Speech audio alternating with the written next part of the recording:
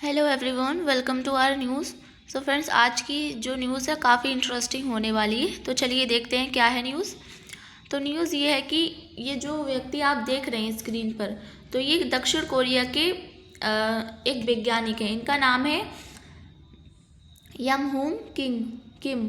तो ये इन्होंने जो है भगवान के होने का सबूत पेश किया है। ये बताते हैं कि इन्होंने गणित के माध्यम से भगवान के होने का सबूत पेश किया है इन्होंने। और इनके आईक्यू लेवल की बात करें तो ये अपना आईक्यू लेवल जो दूसरे वैज्ञानिक हैं तो उनसे ज़्यादा बताते हैं। यहाँ तक कि अल्बर्ट आइंस्टीन जैसे जो व्यक्ति हैं तो उनसे ज़्यादा अपने आप को तेज बताते हैं। तो क्या है पूरी खबर। जबकि इन्होंने ऐसा मतलब भगवान के होने का सबूत पेश किया तो ये जो खबर थी ये काफ़ी ज़्यादा वायरल हो गई और एक तरह से कहें तो ये आग की तरह फैल गई। तो चलिए पूरी खबर को डिटेल में समझते हैं। भगवान का अस्तित्व सदियों से धर्म, दर्शन और विज्ञान के बीच बहस का विषय बना रहा है। जहाँ धर्म आस्था पर आधारित है तो वहीं विज्ञान तर्क और प्रमाण की बात करता है। तो अब इसी बहस को एक नया मोड़ देते हुए दक्षिण कोरिया के एक वैज्ञानिक ने यह दावा किया है कि उन्होंने गणितीय तर्कों के जरिए भगवान के अस्तित्व को सिद्ध कर दिया है। तो उनका ये मानना है कि उन्होंने गणित के तर्कों के माध्यम से भगवान के अस्तित्व को सिद्ध कर दिया। तो ये दावा सामने आते ही दुनिया भर में चर्चा और विवाद का विषय बन गया। तो इसके बाद जो था काफ़ी ज़्यादा चर्चा होने लगी और एक तरह से कहें तो विवाद का ये विषय बन गया था। इससे ज़्यादा मतलब वैज्ञानिकों में काफ़ी विवाद पैदा हो गया, लोगों में भी। अब हम देखते हैं ये वैज्ञानिक कौन है, क्या नाम है इनका, कहाँ के रहने वाले हैं, तो इन सब चीज़ों के बारे में जानते हैं। तो ये वैज्ञानिक जो है इनका नाम है यंगहून किम। तो इनका नाम ये बताया जा रहा है और ये दक्षिण कोरिया से हैं और वह खुद को दुनिया का सबसे तेज दिमाग वाले लोगों में से एक बताते हैं। उनका ये मानना है कि वे दुनिया के सबसे तेज दिमाग वाले व्यक्ति हैं। उनका ये दावा है कि उनका आईक्यू 276 है। मतलब नॉर्मली अगर हम बात करें आईक्यू लेवल की तो वो होता है 19 से 120।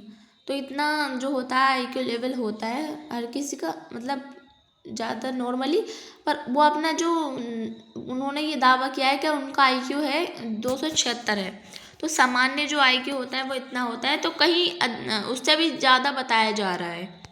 सोशल मीडिया पर वह खुद को गणितज्ञ और विचारक के रूप में प्रस्तुत करते हैं। तो सोशल मीडिया की बात करें तो ये अपने आप को एक गणितज्ञ के रूप में प्रस्तुत करते हैं वहाँ पर सोशल मीडिया पर। अब हम देखते हैं कि भगवान के अस्तित्व को साबित करने का दावा कैसे किया इन्होंने। ये यमहूम किम जो है वैज्ञानिक, उन्होंने भगवान के अस्तित्व को कैसे साबित किया, क्या प्रमाण दिए उन्होंने। तो ये वैज्ञानिक यंगहूम किम का कहना है कि गणित केवल अंकों का खेल नहीं है बल्कि ये ब्रह्मांड की संरचना को समझने की कुंजी है। उन्होंने अपने दावे के समर्थन में कुछ मुख्य तर्क दिए हैं। तो उनका ये मानना है कि जैसे कि जो गणित है तो वो मतलब ऐसे खेल नहीं है, अंकों का खेल नहीं, बल्कि जैसे कि पूरी ब्रह्मांड है तो उसकी संरचना को समझने का मतलब एक प्रक्रिया है, उससे हम पूरी ब्रह्मांड की संरचना को समझ सकते हैं। तो ये उन्होंने दावा किया था। तो फर्स्ट क्या क्या किया था दावा, तो हर चीज़ की शुरुआत होती है। तो गणित के अनुसार कोई भी रेखा या प्रक्रिया बिना शुरुआत के नहीं हो सकती। तो उनका ये मानना है कि जो गणित है तो उसके अनुसार उसके माध्यम से जैसे कि उसमें कोई रेखा प्रक्रिया किसी शुरुआत के नहीं हो सकती। तो इसी तर्क को जो है उन्होंने ब्रह्मांड पर लागू किया। उनका कहना है कि जब ब्रह्मांड की शुरुआत हुई तो उसके पीछे किसी सर्वोच्च शक्ति का होना ज़रूरी है। तो उन्होंने इसी के पीछे ये गणित के माध्यम से उन्होंने ब्रह्मांड की बात की, मतलब कि अगर ब्रह्मांड की शुरुआत हुई है तो उसके पीछे किसी न किसी बड़ी शक्ति का तो हाथ होगा। सेकंड है कि अनंत समय का तर्क। तो अगर समय सच में अनंत होता है तो हम आज के वर्तमान समय तक कभी पहुंच ही नहीं पाते। इसलिए समय की भी एक शुरुआत हो रही होगी। उस शुरुआत को संभव बनाने की वाली शक्ति को भी भगवान कहते हैं। तो उनका ये मानना है कि जैसे कि समय है, हम तो जो समय है तो हमारा वो भी उसकी भी स्टार्टिंग हुई होगी कहीं ना कहीं से, तो वो जो समय है वो स्टार्ट हुआ होगा। तो इसलिए इसके पीछे भी जो है जो शक्ति होगी इसको शुरुआत करने की समय की, तो इसके पीछे भी जो है बड़ी शक्ति होगी, तो उसको ही हम भगवान कहते हैं। उनका ये मानना है। थर्ड है कि कारण और परिणाम का सिद्धांत। तो गणित और भौतिक में हर परिणाम के पीछे कोई कारण होता है। फिजिक्स या फिर मैथ में जो है कोई ना कोई कारण होता है मतलब हर सॉल्यूशन के पीछे। तो ब्रह्मांड का अस्तित्व भी एक परिणाम है, तो उसके पीछे कोई कारण होना चाहिए। उनका ये मानना है जो वैज्ञानिक है। तो उनके अनुसार वही अंतिम कारण जो है भगवान है। तो वो कह रहे हैं कि ये सारा कुछ उन्होंने ऐसे मतलब कि ये बताया, तो उसके बाद ये कहा कि उसके अनुसार जो वही जो अंत होगा, वो अंतिम जो कारण है उसका, वो भगवान है। अब हम देखते हैं कि चेतना और मृत्यु पर वैज्ञानिक का क्या विचार है। तो यंग हून किंग का कहना है कि मानव चेतना केवल दिमाग तक सीमित नहीं है, वह इसे क्वांटम सूचना मानते हैं। उनका ये मानना है कि जो मानव की चेतना है तो वो केवल माइंड तक जो है सीमित नहीं है, बल्कि ये सूचना मतलब इसे क्वांटम सूचना मानते हैं। मतलब कि जैसे कि इंफॉर्मेशन देते हैं तो वो इसको मानते हैं। उनका दावा है कि शरीर की मृत्यु के बाद ये चेतना पूरी तरह से समाप्त नहीं होती है। तो उनका ये दावा है, उनका ये मानना है कि जो शरीर है हमारा, तो वो अगर जब मृत्यु हो जाती है तो उसके बाद पूरी तरह से ख़त्म नहीं होता है, बल्कि वो कहीं दूसरे रूप में जो है मौजूद हो जाता है। वो कहीं चला जाता है दूसरे रूप में बदल कर, कहीं मतलब मौजूद तो रहती है पर दूसरा रूप ले लेती है। उनका ये मानना है। इसी आधार पर वह कहते हैं कि मृत्यु जीवन का अंत नहीं है। तो वो ये कहते हैं कि जो मृत्यु है तो वो जीवन का अंत नहीं है, बल्कि स्टार्टिंग है। जब मृत्यु के बाद ही जो है समय स्टार्ट होता है। अब हम देखते हैं कि इस मामले में धार्मिक दृष्टिकोण और बयान क्या है। तो वैज्ञानिक ने ये भी कहा है कि ईसा मसीह इतिहास के सबसे बुद्धिमान व्यक्ति थे। उन्होंने अपने बयान में ये तक कहा कि आइंस्टीन और न्यूटन जैसे वैज्ञानिक भी उनके सामने कुछ नहीं है। मतलब कि उन्होंने ये तक कह दिया कि धार्मिक रूप से भी उन्होंने जो व्यक्ति हैं तो उनको भी जोड़ लिया अपने उसमें दावे में। उन्होंने ये कहा कि जो ईसा मसीह थे तो वो जो सबसे बुद्धिमान व्यक्ति थे, तो और एक अल्बर्ट आइंस्टीन और जैसे कि न्यूटन, तो इन सबको जो वैज्ञानिक है तो इनको अपने उसमें जोड़ दिया कि इनके सामने, ये मेरे सामने कुछ नहीं थे, यहाँ तक कि कह दिया उन्होंने। तो यही वजह है कि उनके बयान को केवल वैज्ञानिक ही नहीं बल्कि धार्मिक वैचारिक माना जा रहा है।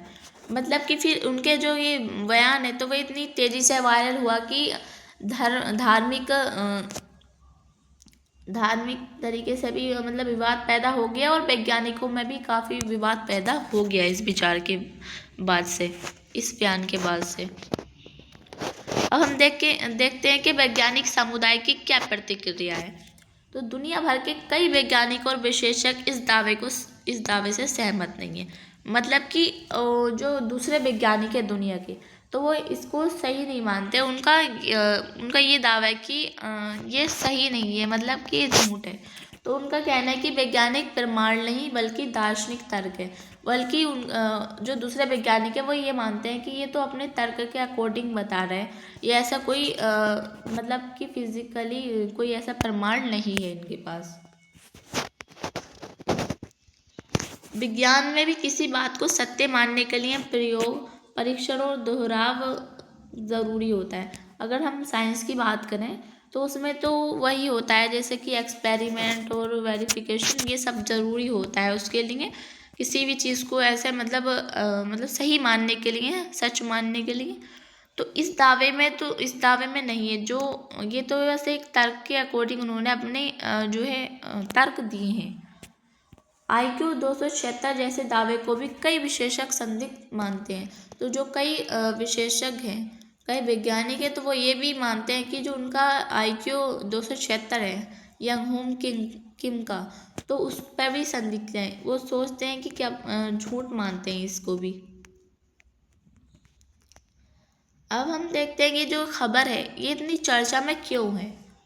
तो क्योंकि ये विज्ञान और धर्म को जोड़ने का प्रयास करती है, क्योंकि ये दावा करती है कि भगवान को तर्क से सिद्ध किया जा सकता है। तो ये तो उनका मानना है ना कि वैज्ञानिक जो है दक्षिण कोरिया के यमहूम किंग, तो उनका ये मानना है कि वो भगवान को तर्क से सिद्ध किया जा सकता है।